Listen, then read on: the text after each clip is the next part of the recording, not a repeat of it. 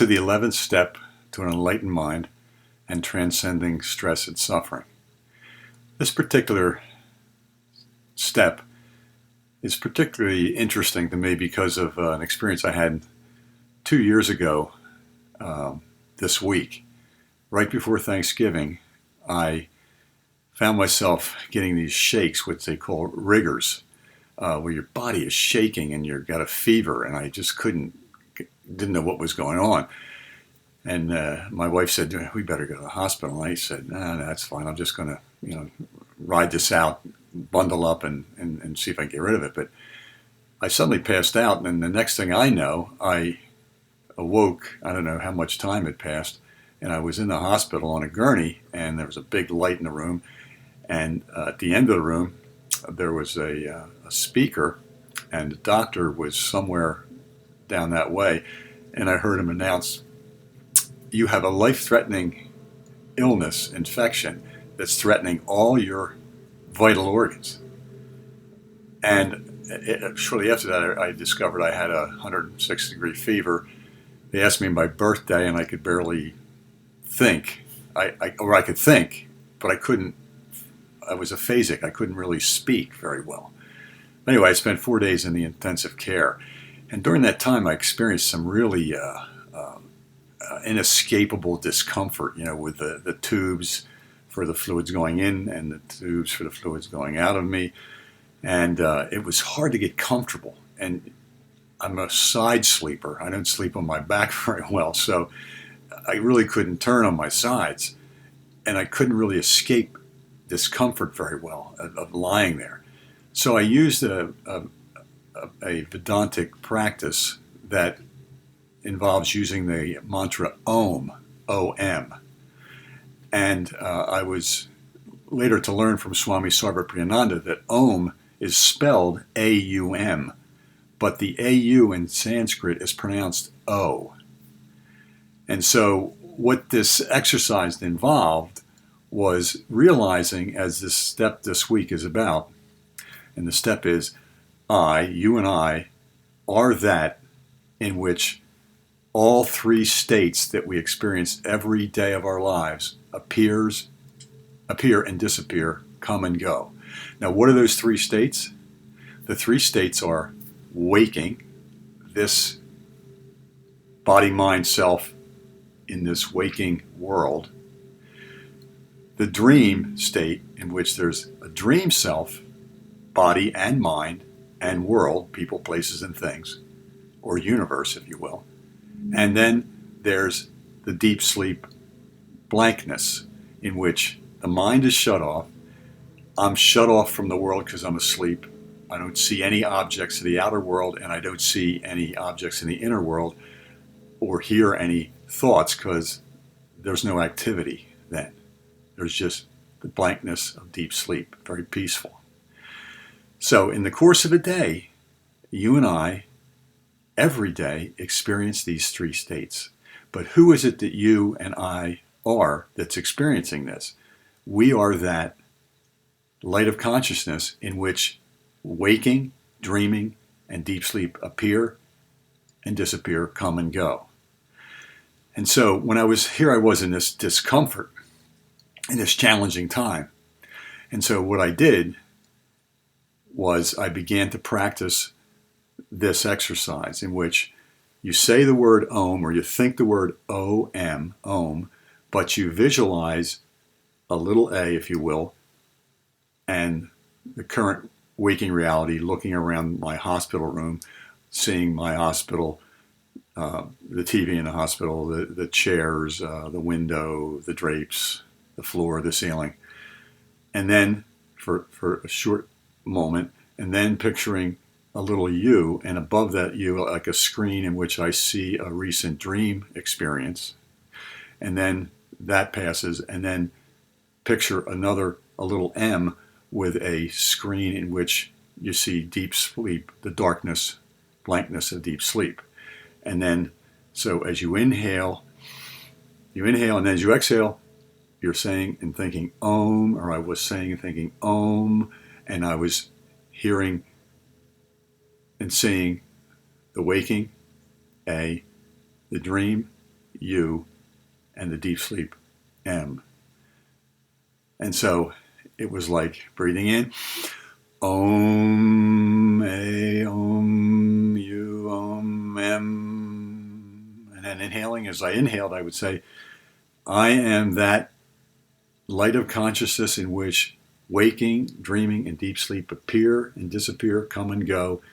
And then Om, a little A, waking, Om, a little U, dreaming, Om, a little M, and then the deep sleep darkness. Now, in the teachings of this, it's called the Turiya, T-U-R-I-Y-A, which means the fourth, that which is separate from all three. And so when you think about it, in the course of a day, in our life, what do we experience? We have three basic experiences. We have thoughts, images, imaginings, visualizations, and so forth, and feelings, which are thoughts with correlates in our body related to the feelings: anger, attention, enjoyment, a pleasurable feeling. And then there's separation. There's sensations that are separate from what we're thinking, just aches and pains, or things that feel good, or taste a good ice cream that tastes good, a nice Haagen-Dazs. And so we have the one area is mind with thoughts and feelings, and then there's body with sensations, and then there's the world, which is made up of what we see, hear, touch, taste, smell. And so that is what the three areas of experience are. And then within these three states, the waking state, we have the mind, body, world, or universe. In the dream state, we have a dream, mind, body, world, and a dream universe. And then we have the deep sleep darkness, which is just a blankness that we're witnessing, which is just an absence of objects, whether inner or outer. So when we do this, when you and I realize, breathing in, I am that in which all this waking, mind, body, world, dreaming, mind, body, world, deep sleep, blankness appear and disappear, we begin to get a sense of how we transcend the suffering in the waking state. Because like the sun that illuminates the earth, whatever it's illuminating on the earth, it's unaffected by as the illuminer. And by same thing, in the dream state, whatever our conscious mind is, our consciousness is illuminating, is not affected by what the nightmare is in the dream state. The body-mind in the dream is affected, but the consciousness which witnesses it is not. And then lastly, in the deep sleep state, the consciousness is unaffected by what's happening. It's just deep sleep darkness. Okay, so try that exercise this week, and every once in a while, just breathing in, I am that which witnesses all three states and am unaffected by all three states. So remember the other Vedantic exercise we talked about last week. Consciousness. Consciousness, or this light of consciousness, this witness, eternal witness, which you and I are, is unaffected by what it witnesses. So that breathing in, consciousness alone, the light of consciousness alone is real. I am the light of consciousness, breathing out, and everything else, body, mind, world, are appearances in me, this light of consciousness. And again, you could do it this way. Breathing in, the light of awareness is real. I am the light of awareness.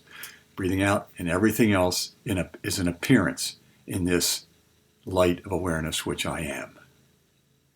So you can begin to get a sense of how the capacity to transcend the stress and suffering can begin to happen as we really remain rooted and resting in ourselves as the light of consciousness while still inhabiting this body and mind in the waking state, as well as the body and mind in the dream state, as well as the deep sleep blankness where we're just a witness without any objects. So this week, you can practice that. Now, the other thing I want to mention is that even though you and I are this fundamental ground of reality as the light of consciousness in which everything's appearing and disappearing, we're that stable, enduring, unchanging light in which all the seeming things of the universe, whether it's the waking universe or the dream universe, appear and disappear. Even though that's true, because we're somewhat identified with this as we're still alive in these bodies, there's room for prayer, as there was when I was in the hospital. There's room for sort of asking for the help of that higher, wider self that we are. But even though it is us, it feels like it's an other in some ways, something that we're merging with. So in that sense, I think of us as extensions of this greater light of consciousness, like rays of light of the sun. So we're connected, but we're not completely disidentified with this. We remain somewhat connected with this as we go through our day and channel or bring through that ray of consciousness, that ray of light, so that you can ask for help. And the other thing it makes room for is, as I came out of this dire situation and survived, I could be grateful. And it happened during the week of Thanksgiving. So you can be thankful to this seeming other in which all this is appearing, which is still us, but in a way feels like an other that we can feel love for and gratitude toward. So every day, one of the greatest exercises to begin the day, you can kind of look at the sun or visualize the sun and say, thank you, thank you, thank you. And really think of things you're thankful for, like remembering to take out the recycle or to take out the garbage, or being thankful for some thought you had that day, or something that someone said, or something you remembered to say that you felt good about. So gratitude, beginning the day with gratitude, spending the day with gratitude, and ending the day with gratitude. You could use that affirmation. Today, I am beginning the day with gratitude, love, and appreciation. I am spending the day in gratitude, love, and appreciation, and I will be ending the day with gratitude, love, and appreciation. As you think about and look around through your day at what you're grateful for and what you appreciate, you'll sort of, other things will come to you that you can feel good about and appreciate. Just like when you're in a negative place, you think something negative and then something else that's related to that negative thought comes, and another chain of associations along the lines of negativity. So this week, as I hope and I pray that you have a wonderful Thanksgiving, and that you use this time of Thanksgiving to be thankful for these understandings that you and I are like the sun, ultimately unaffected by what's ever happening to the waking mind, body and mind, and in that world, as well as what's happening in the dream mind, body, and world, as well as what happens in the deep sleep darkness, which is peaceful.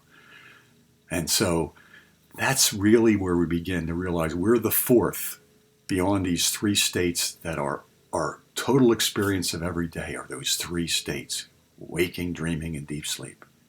And within those three states are three experiences: mind, body, and world or universe.